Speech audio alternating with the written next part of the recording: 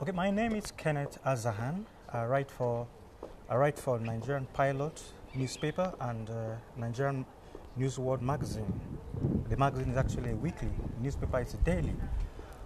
I've been into active journalism for over 4 years now, and I've covered several spheres of the Nigerian economy, particularly agriculture.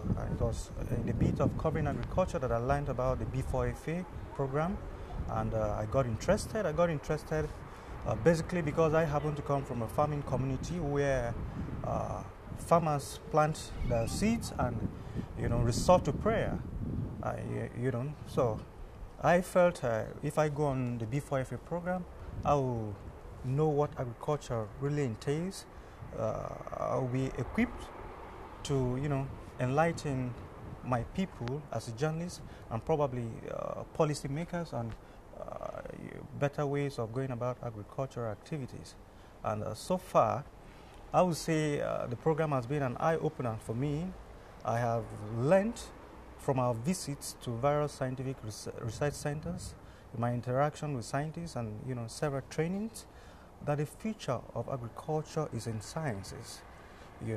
Without sciences, I mean, there's a difference between agriculture and religion. Religion has very little or nothing to do in agriculture.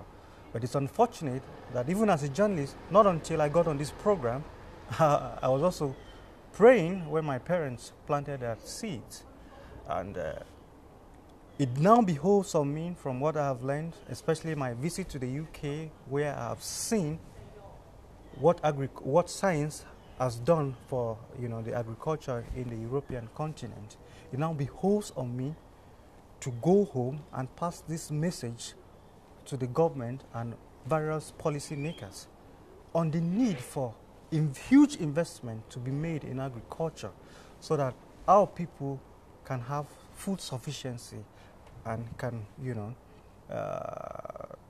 improve on their income, because we have large lands here and there that, if properly utilized, will have no reason to be poor.